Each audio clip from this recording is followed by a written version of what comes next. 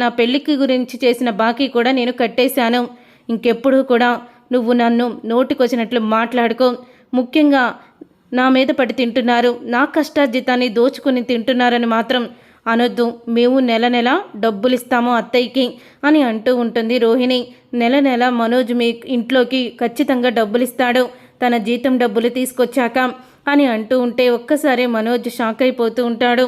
ఇదేంటి రోహిణి మళ్ళీ నా జాబ్ గురించి మాట్లాడుతుంది అని అనుకుంటూ ఉంటాడు, టెన్షన్ పడుతూ ఉంటాడు. అలాగే ప్రభావతి కూడా. ఇంతలో ఇక పోలీసులు అయితే అక్కడికి వస్తారు. ఇక పోలీసులు వచ్చి రోహిణిని ఆ డబ్బు ఎక్కడిది అని అడుగుతూ ఉంటారు. అప్పుడే ఆ డబ్బు వాళ్ళ నాన్నగారు కట్నం కింద ఇచ్చినాయండి, ఆ డబ్బులు మావే, కష్టార్జితమే అని ప్రభావతి అంటూ ఉంటుంది. అసలు ఆ డబ్బులు మీకు ఎవరు తీసుకొచ్చి ఇచ్చారు ఇప్పుడు అని పోలీసులు అడుగుతూ ఉంటే అప్పుడే ఇంకా రోహిణి అయితే అదేంటండి అలా మాట్లాడుతున్నారు, ఇవి నేనే తీసుకొచ్చాను అయితే ఏంటి అని అంటూ ఉంటే అంతలోకి అక్కడికి మీనా తమ్ముడు వస్తాడు.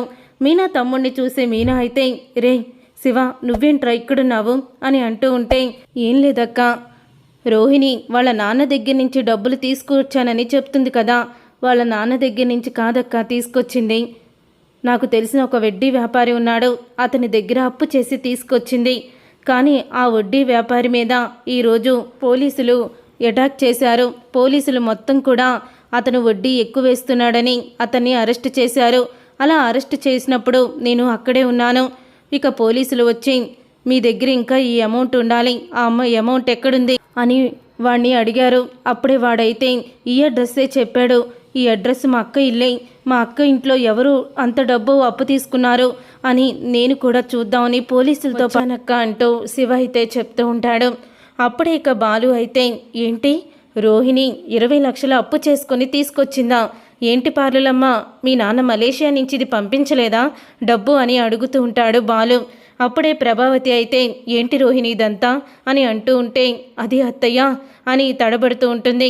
ఆ 20 లక్షలు కూడా అతనిది దొంగ సొమ్మే, 20 లక్షలు మాకు అప్పచెప్పాల్సిందే అంటూ పోలీసులైతే 20 లక్షలు తీసుకోబోతుండగా రోహిణి అయితే అసలు నా డబ్బు తీసుకువెళ్ళడానికి మీరెవరు, అతని డబ్బే ఇదని గ్యారెంటీ ఏంటి అని రోహిణి తిరగబడుతుంది పోలీసులతో.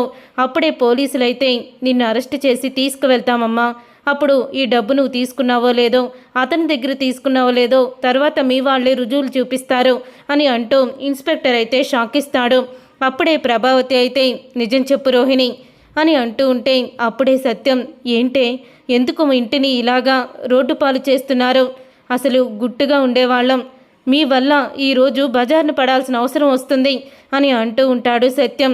నువ్వేమో ఇల్లు తాకట్టు పెట్టి ఈ పార్లర్ పెట్టుకోమని రోహిణికి 10 లక్షలు ఇస్తే మలేషియా నుంచి నా తండ్రి ఇచ్చాడంటూ ఈవిడ గారేమో 20 లక్షలు తీసుకొచ్చి నీ చేతిలో పెట్టంగానే నువ్వు మురిసిపోతున్నావు, అసలు ఏం జరుగుతుంది ప్రభావతి ఇంట్లో అంటూ సత్యం అయితే గొడవ చేస్తూ ఉంటాడు. ఇన్స్పెక్టర్ ఆ డబ్బులు తీసుకొని వెళ్ళిపోండి అని అంటూ ఉంటే అప్పుడు ఇన్స్పెక్టర్ అయితే ఇక ఆ డబ్బులు తీసుకొని అక్కడి నుంచి వెళ్ళిపోతాడు. ఇక ఇన్స్పెక్టర్ అక్కడి నుంచి డబ్బులు తీసుకొని వెళ్ళిపోగానే అప్పుడే రోహిణిని నిలదీస్తూ ఉంటాడు మనోజ్. మీ నాన్న పంపించారని ఎందుకు అబద్ధం చెప్పావు అని అడుగుతూ ఉంటే అది అని తడబడుతూ ఉంటుంది. నేను చెప్తాను బావా, తను అసలు కోటీశ్వరరాలే కాదు, తన ఫ్రెండ్ ద్వారానే ఈ విషయం తెలిసింది, వాళ్ళు మాట్లాడుకునేటప్పుడు నేను వీడియో కూడా తీశాను అని శివ అయితే చూపిస్తాడు.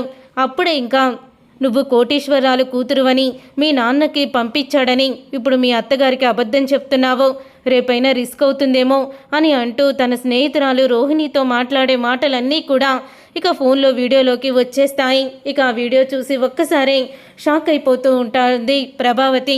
చూసారుగా ఫ్రెండ్స్, రాబోయే కథలో ఖచ్చితంగా ఇలాగే జరగబోతుంది. మరి ఇలాగే జరగాలని మీరైతే కోరుకుంటున్నారా?